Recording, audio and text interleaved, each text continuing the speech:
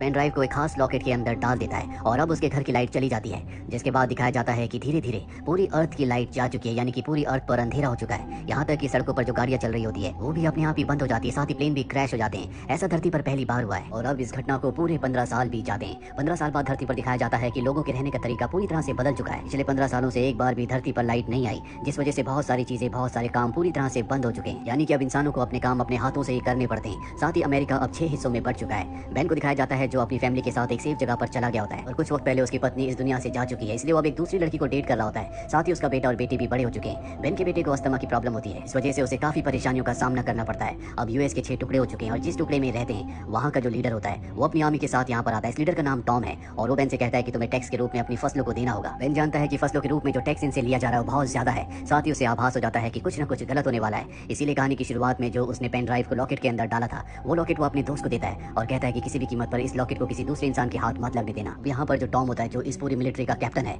वो कहता है कि तुम्हें मेरे साथ चलना होगा। बेन उसके साथ जा ही रहा होता है कि तभी उसका बेटा वहाँ पर क्रॉसबो लेकर आ जाता है और कहता है कि तुम मेरे डैड को नहीं ले जा सकते। हालांकि बेन अपने बेटे को समझाने की कोशिश करता है पर तब तक वो एक आदमी को क्रॉसबो से मार देता है, जिसके बाद आपस में इनकी लड़ाई होना शुरू हो जाती है। इस लड़ाई में टॉम के लोग कई लोगों को मार देते हैं। साथ ही वो बेन के बेटे को बंदी बनाकर अपने साथ ले जाते हैं। अब बेन भी बहुत बुरी तरह से जख्मी हो चुका है और जब उसकी बेटी उसके पास आती है वो देखती है कि उसके पिता आखिरी सांसें ले रहे हैं। बेन अपनी बेटी से कहता है कि तुम्हारे अंकल यानी कि मेरे भाई शिकागो में रहते हैं और वही हमारी आखिरी उम्मीद है, वही तुम्हारे भाई को वापस ला सकते हैं, क्योंकि तुम्हारे भाई को मिलिथिया के यानी कि टॉम और उसके लोग अपने साथ बंदी बनाकर ले गए हैं। इसके बाद बेन की मृत्यु हो जाती है और अब बेन की बेटी अकेले शिकागो की तरफ निकलने का फैसला करती है, लेकिन उसके 2 साथी जिनका नाम मैगी और आरोन होता है वो भी उसके साथ आ जाते हैं और अभी तीनों के तीनों पूरा दिन सफर करने के बाद एक जगह पर रात गुजारते हैं। और अगली सुबह बेन की बेटी जिसका नाम चार्ली है जब वो उठती है तो पानी लेने के लिए जाती है और नदी के किनारे उसे एक लड़का दिखता है जिसका नाम नीट है। अब क्योंकि लोग एक दूसरे से डरते हैं इसीलिए नीट को देखकर डर जाती है, पर नीट उसे कुछ भी नहीं कहता और अब वो अपने दोनों साथियों के साथ यहाँ से भी आगे बढ़ती है। बहुत लंबा सफर करने के बाद इन्हें एक टूटा फूटा प्लेन दिखता है। ये तय करते हैं कि आज रात ये इसी प्लेन के अंदर गुजारेंगे, लेकिन जब ये प्लेन के अंदर जाते हैं तो वहाँ पर 3 लुटेरे होते हैं जो इन्हें पकड़ लेते हैं और इसके बाद एक लुटेरा चार्ली को अपने साथ ले जाता है, जबकि चार्ली के दोनों दोस्त अब भी दूसरे लुटेरों के पास होते हैं पर बड़ी चालाकी से उन दोनों का खात्मा कर देते हैं। वहीं बाहर उस लुटेरे को दिखाया जाता है जिसके पास चार्ली है,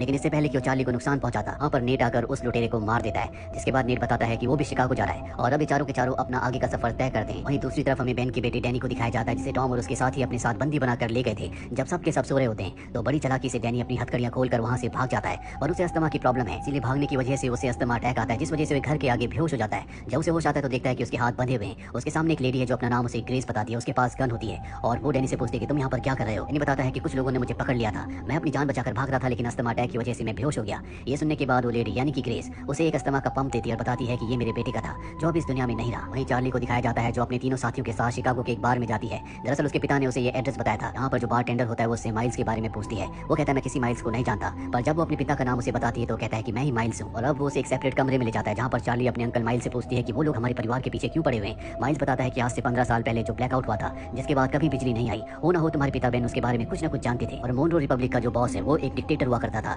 जो आज से 15 साल पहले पूरी दुनिया पर अपना कब्जा करना चाहता था, जिसके लिए उसे दुनिया के हर एक प्लेन हर एक न्यूक्लियर बॉम्ब पर अपना कब्जा चाहिए था और शायद हो सकता है कि उसी की वजह से ब्लैकआउट हुआ और तुम्हारे पिता कुछ न कुछ जानते थे, इसीलिए वो तुम्हारे पिता और तुम्हारे परिवार के पीछे पड़े हुए हैं। अली चाहती है कि उसके अंकल माइल्स उसका साथ दे लेकिन वो साफ साफ मना कर देते हैं। चार्ली गुस्से में यहाँ से जाने लगती है, तभी उसका साथी नेट उसके अंकल से लड़ने के लिए जाता है, पर नेट उसका हाथ पकड़कर उसके हाथ में एक टैटू दिखाता है जो उसी ग्रुप यानी कि मोनरो ग्रुप का होता है, यानी कि वो भी मोनरो ग्रुप का हिस्सा है। दरअसल नेट का पूरा सच सामने आ चुका है, जानबूझकर इनके ग्रुप में शामिल हुआ था ताकि वो माइल्स की लोकेशन का पता लगा सके। मोनरो ग्रुप किसी भी कीमत पर माइल्स को हासिल करना चाहता है और अब जब नेट की पूरी सच्चाई सामने आ चुकी है तो सबको वो अपने एरो के पॉइंट पर लेकर वहां से निकल जाता है। अब सब चाहते हैं कि माइल्स यहाँ से चला जाए, लेकिन माइल्स यहाँ से जाने से मना करता है और कहता है कि वो मोनरो ग्रुप का अकेले सामना कर सकता है। चार्ली और उसके साथी उसका साथ देने के लिए तैयार हो जाते हैं, लेकिन माइल्स नहीं चाहता कि उसका कोई भी साथ दे, इसीलिए सबको गुस्से से यहाँ से जाने के लिए कहता है। सबके सब चले जाते हैं और अब नेट मोनरो ग्रुप के बहुत सारे लोगों के साथ यहाँ पर आ जाता है, लेकिन माइल्स उन सबका सामना करता है, बहुत सारे लोगों को मार देता है। चार्ली भी अपने दोनों साथियों के साथ यहाँ पर अपने अंकल माइल्स की मदद करने के लिए पहुंच जाती है और वो मोनरो ग्रुप के ऊपर हमला कर देती है। पर एक पल ऐसा आता है कि मोनरो ग्रुप का एक आदमी चार्ली को मारने वाला होता है, लेकिन तभी वहाँ पर नेट आकर अपने साथी को मार देता है। माइल्स इनके कैप्टन को मार देता है जिससे लड़ाई खत्म हो जाती है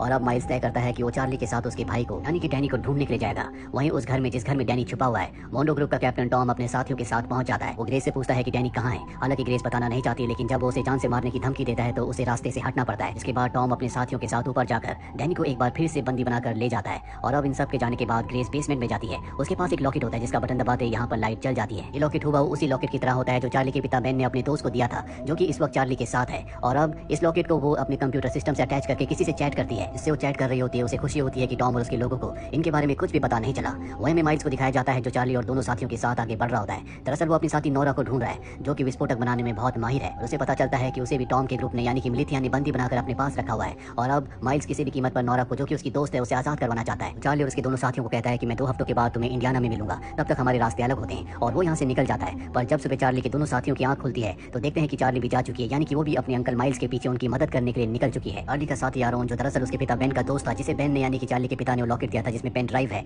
वो अपनी साथी मैगी को बताता है कि बेन ने जब मुझे लॉकेट दिया था तो उसने कहा था कि ये लॉकेट मुझे एक लेडी के पास लेकर जाना है जिसका नाम ग्रेस है। कहता है कि हो ना हो ग्रेस के पास पहुंचने के बाद हमें ये पता लग सकता है कि अर्थ पर इलेक्ट्रिसिटी वापस कैसे आएगी, इसीलिए ग्रेस को ढूंढने के लिए निकल पड़ते हैं। वहीं हमें मिलिथिया के अड्डे पर दिखाया जाता है जहां पर मॉरोन होता है, जो कि इन सब का लीडर है। वो एक लेडी के पास जाता है और ये लेडी और कोई नहीं बल्कि चार्ली और डैनी की मॉम है, यानी बेन की पत्नी। मोंडो से बताता है कि बेन की मृत्यु हो चुकी है, जिससे उसे बहुत दुख होता है। दरअसल बेन को ये लगता था कि उसकी पत्नी की मृत्यु हो चुकी है, लेकिन वो अब भी जिंदा है। वहीं चार्ली को दिखाया जाता है जो अपने अंकल का यानी कि माइल्स का पीछा करते हुए उस तक पहुंच जाती है और कहती है कि मैं भी तुम्हारे साथ आऊंगी। हालांकि माइल्स उसे अपने साथ नहीं ले जाना चाहता, लेकिन वो कहती है कि मेरे भाई को अस्थमा का अटैक आता है, उसे मेरी जरूरत है। माइल्स उसे अपने साथ आगे लेकर जाता है, जहां पर देखते हैं कि बहुत सारे लोग एक हेलीकॉप्टर को खींच रहे होते हैं, जिससे इन्हें पता चल जाता है कि मिलिथिया ग्रुप के लोगों को यानी कि मोंडो, जो कि उनका लीडर है, उसे अब भी यकीन है कि इलेक्ट्रिसिटी वापस आएगी और उस दिन के लिए वो सारी इलेक्ट्रॉनिक्स की चीजों को, हथियारों को इकट्ठा कर रहा है। माइल्स यहाँ पर देखता है कि नोरा भी इन्हीं में से एक है जिसे छुड़ाने के लिए यहाँ पर आया है, लेकिन यहाँ पर बहुत सिक्योरिटी होती है, गार्ड्स के पास बहुत ही खतरनाक हथियार होते हैं। इसीलिए रात को जब सबके सब सो रहे होते हैं तो वो अपनी नीज चार्ली के साथ प्लान बनाता है। चार्ली गार्ड्स को डिस्ट्रैक्ट करती है और माइल्स बड़ी चालाकी से नोरा को छुड़ा कर ले जाता है, लेकिन इस बात से नोरा खुश नहीं होती।